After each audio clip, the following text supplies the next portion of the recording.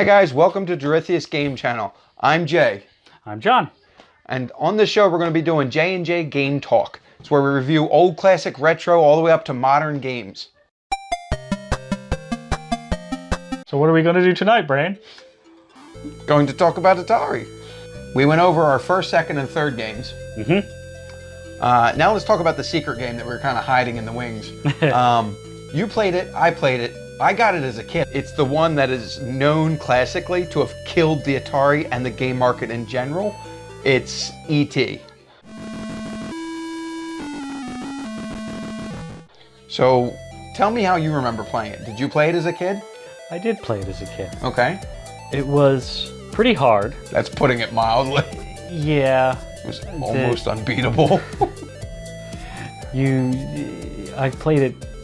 When I was replaying it, I was remembering a lot of the stuff that made it hard.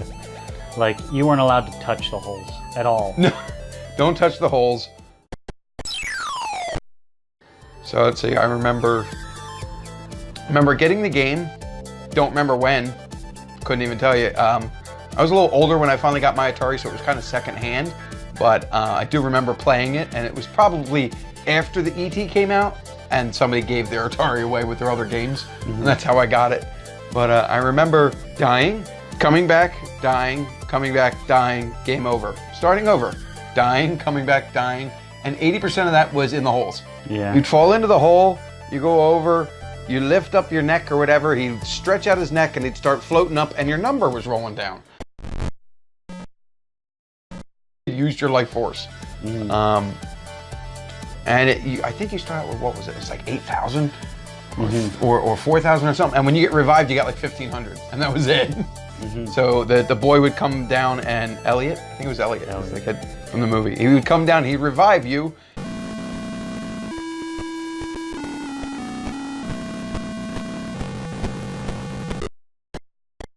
And all of a sudden you got 1,500 now to do, you know, a whole lot more still with way less. So there was something in that game, and you mentioned not going near the holes. The developer, little known fact, that game was pushed out so fast because it took so long and so much money to actually get done. That game was pushed out in like 6 to 9 weeks. That developer had to start from scratch and go all the way to publish in 6 to 9 weeks. That is insane for a major commercial release. So he had to release it in time for Christmas, and the game was so bad, people were bringing the game back to the store for their money back. It was so bad. If one pixel touched another pixel on any actual corner or edge, it would create a collision. So that way you would know, it wouldn't be like you were close, you'd have to touch it in order to cause the reaction.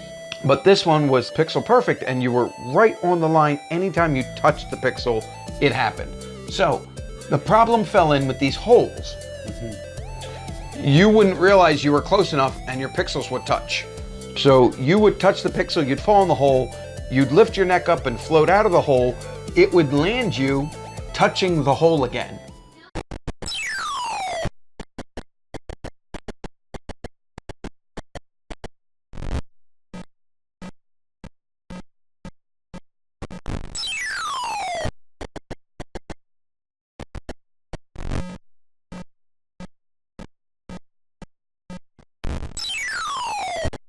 Yes. You couldn't undo that. That did it like almost every time. 1/3 maybe. It did not, and you were lucky enough to run away in another corner, another direction, as fast as you could. But almost 2/3 of the time, it would land you touching it, and you'd whoop-doo, whoop-doo. Like every time you'd fall back in the hole. I did not ever complete the game. I never finished the game. I never beat it. I remember finding Reese's Pieces. I remember finding 1 or 2 parts of the phone home machine. That was the whole thing. The whole game was find Reese's Pieces, evade FBI agents, find and collect the pieces to build your phone and call home. And you beat it though, didn't you? I did beat it. I think I only beat it once, but I did beat it. And then decided I would never play it again. As per the rest of the world. But yes, the entire object was to find the 3 pieces of your phone home machine. And then once you found all 3 of those pieces, you could phone home. And then a counter counted down. And you had to go back to that one screen that was green and black checkerboard. Yeah. And you had to find the exact spot that your phone home chip would land. I never remember how to find which screen that was, though.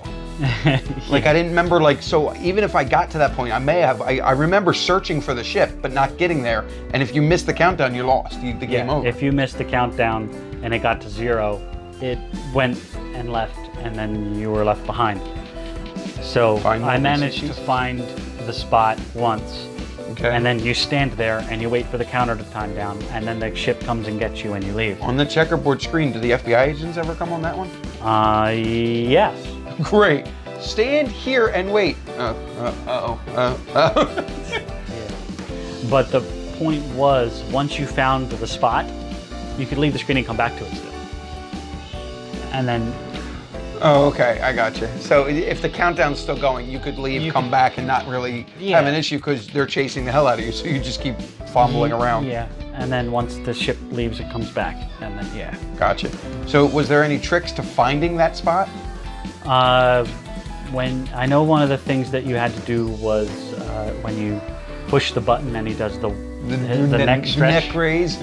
It was kind of like an ESP thing.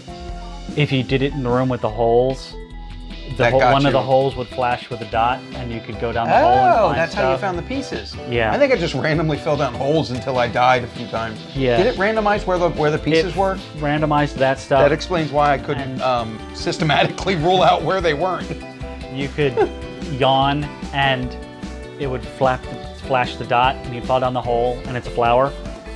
So you revive the flower and leave. Great, you revived the flower. Did that get you just bonus points? I don't know whether that actually did anything for you. Let's just pretend that gave you a free life. I have no idea. I'll find out later. I'm going to play again. And I'm going to play and give full audio because I may not make this kid friendly. I don't know. But yeah, when you were on the checkerboard screen and you had the countdown going, you could yawn on the checkerboard screen and an icon would pop up. You had to find this spot where when you yawned, yes, like that. Okay, sorry. Then a little ship popped up. Okay. So then you'd say, that's where I need to stand when the ship comes back. Right. So then it's just a waiting game of trying to survive while they're going at you. So it's not impossible to beat. I did do it. It's just, it was ridiculously hard because the mechanics were not. They were terrible. They should have only made half of it so that you could touch and fall in. Yeah, it was bad. It was really bad. There was a video in like 2013 or 2014. I think it was called the Atari Conspiracy, and it talked about there was a landfill in like New Mexico that they dumped like 1/3 or 2/3 of the amount of cartridges they made from Atari that didn't sell because it was so bad and the company was losing so much money they couldn't sell them. They tried to bury them in a landfill. There is, I gotta look it up online. There was a website I found that said that there's an actual Atari cartridge from that landfill because they dug it back up in like 2013, 2014, and they put it in a museum. It's in one of the museums. I gotta find out where it is. I don't know where that is. I might leave it in the description if I find that. We still have it floating around in a closet somewhere if you want my copy that's not dirty. I have mine. I meant to bring it on the show. I forgot. I forgot everything.